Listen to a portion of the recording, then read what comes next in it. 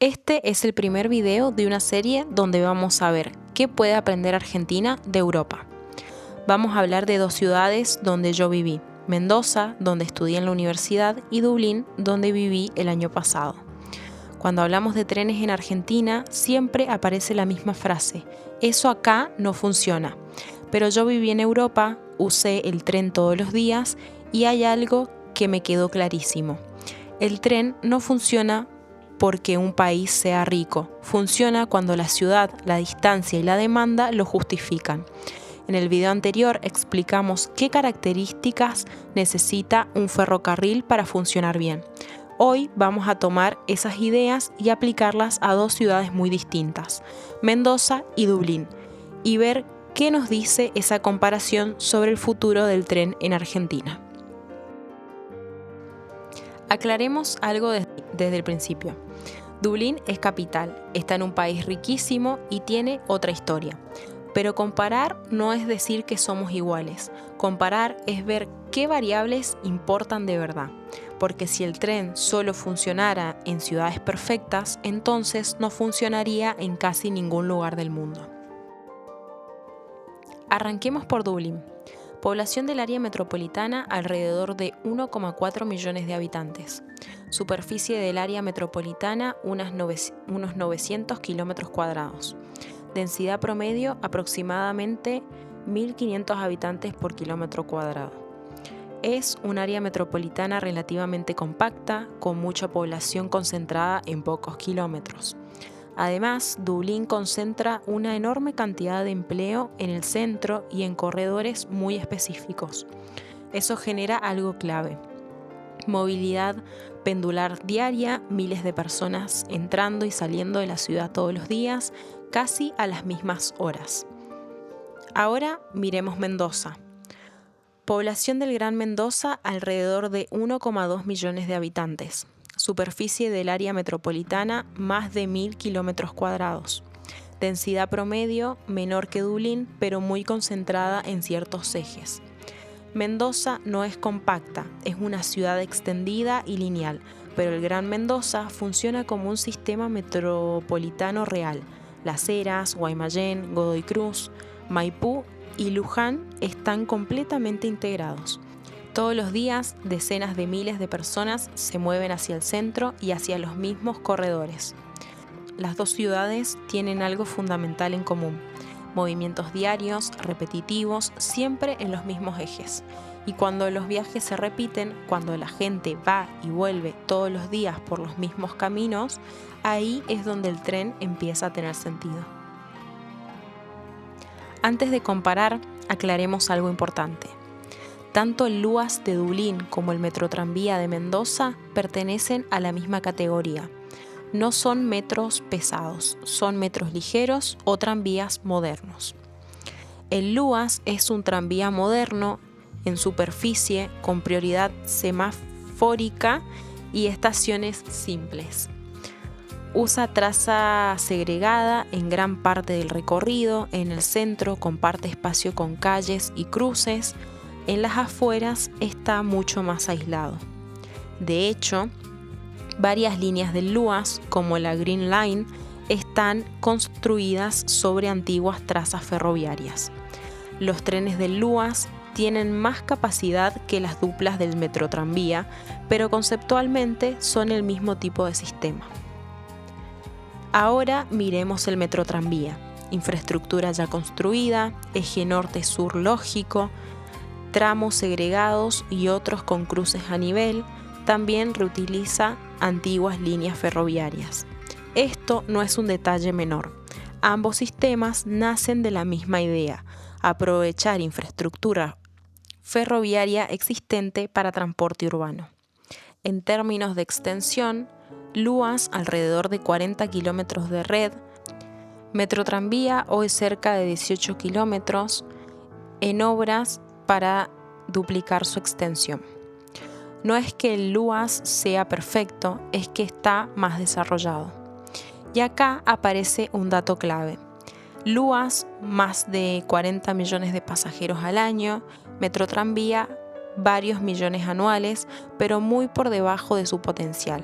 no porque el sistema sea malo, sino porque todavía no está completamente integrado ni extendido. Si un metro ligero como el Luas puede mover decenas de millones de pasajeros, entonces el metro tranvía, bien integrado y extendido, también podría mover muchísimos más pasajeros de los que mueve hoy.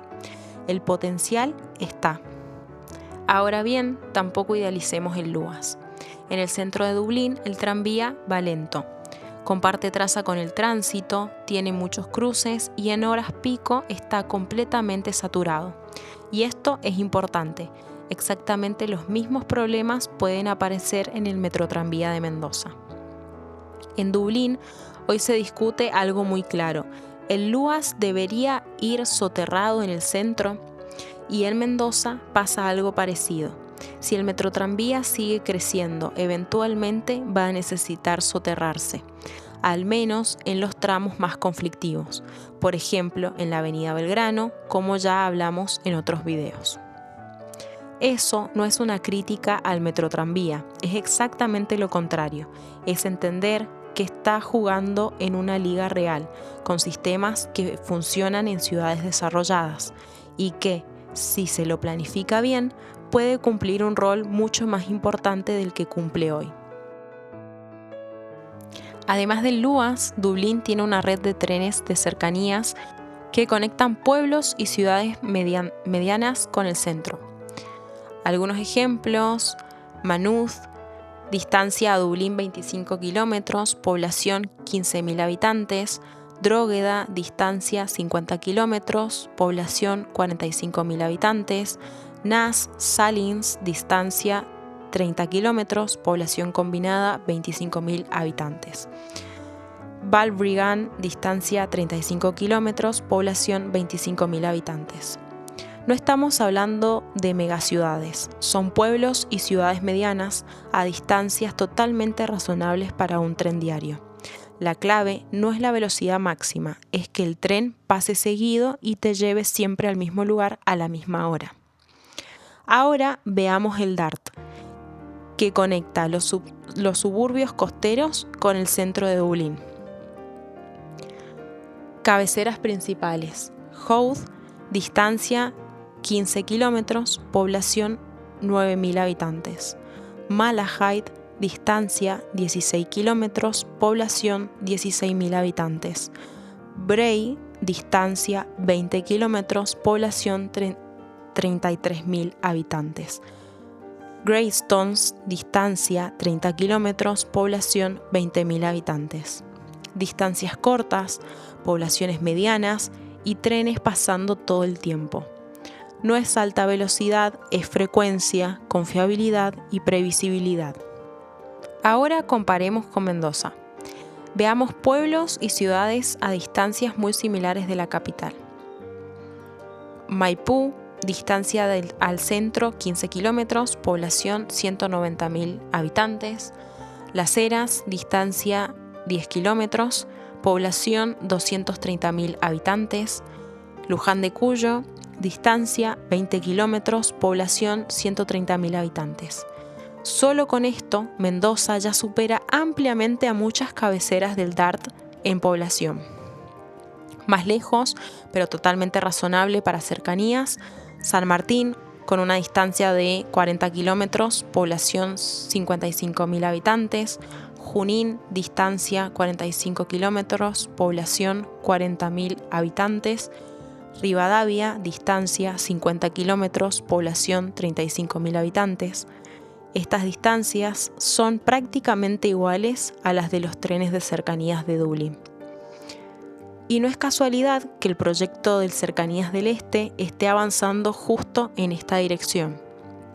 Es hacia donde está creciendo la ciudad, pero también es hacia donde más tiene que crecer el sistema ferroviario, porque las trazas existen, la demanda existe y los viajes diarios ya están ocurriendo. No estamos hablando de inventar nada, estamos hablando de reactivar corredores donde la gente ya viaja todos los días, exactamente como se hace en Dublín. Entender esto no es resignarse, es planificar. En Irlanda, el tren interurbano conecta ciudades medianas, no solo grandes capitales. No son trayectos cortos, pero tampoco distancias absurdas. Dublín-Belfast, una distancia de 140 kilómetros, población de Belfast, 340.000 habitantes. Es una distancia importante, pero totalmente razonable para un tren interurbano. Ahora miremos Mendoza con la misma lógica. Mendoza-San Juan, distancia 170 kilómetros, población de San Juan, 470.000 habitantes. Mendoza-San Rafael, distancia 230 kilómetros, población 120.000 habitantes. Mendoza-Tunuyán, distancia 85 kilómetros, población 55.000 habitantes. San Luis queda más lejos y juega en otra categoría, pero San Juan, San Rafael y Tunuyán están en un rango de distancia y población muy parecido al de los servicios interurbanos que funcionan en Irlanda. El tren interurbano no compite con el auto en velocidad máxima, compite en costos, en seguridad y en regularidad. Es un sistema pensado para viajar siempre, no para batir récord. Y en regiones como Cuyo, con flujos estables y distancias medias, el tren tiene todo el sentido del mundo. Cuando miramos distancias y poblaciones reales, el tren deja de ser una utopía. Se convierte en una herramienta, exactamente como pasa en Irlanda. Entender dónde el tren funciona no es resignarse, es exactamente lo contrario. Argentina no puede tener trenes en todos lados, pero sí puede tenerlos donde tienen sentido. Y Mendoza es uno de esos lugares. Ahora, algo importante. En Irlanda, el transporte ferroviario está subsidiado. Los trenes de cercanías y los interurbanos los opera el Estado Nacional a través de Irish Rail. Pero también hay que entender la escala. Irlanda tiene unos 5 millones de habitantes y un tamaño parecido al de Tucumán. Argentina es muchísimo más grande, mucho más diversa y con realidades regionales completamente distintas. En Mendoza, también es el Estado el que hoy se encarga del transporte, pero a nivel provincial. Y acá viene el punto clave. Yo creo que es totalmente factible que muchos servicios ferroviarios sean rentables desde el sector privado, sin necesidad de vivir de subsidios permanentes. Eso no significa que el Estado tenga que hacerse a un lado. El Estado no tiene que operar todo, tiene que impulsar, dar un marco jurídico claro, reglas estables y condiciones donde a las empresas le convenga invertir. Cuando eso pasa, el interés privado aparece. Y esto no es una teoría. Está pasando ahora mismo en Mendoza. En el proyecto de Cercanías del Este, 10 empresas presentaron 18 proyectos en la licitación. El interés del sector privado está. La demanda existe. Las trazas existen. El problema nunca fue el tren. El problema fue no entender dónde, cómo y bajo qué reglas hacerlo funcionar. Y eso se puede aprender.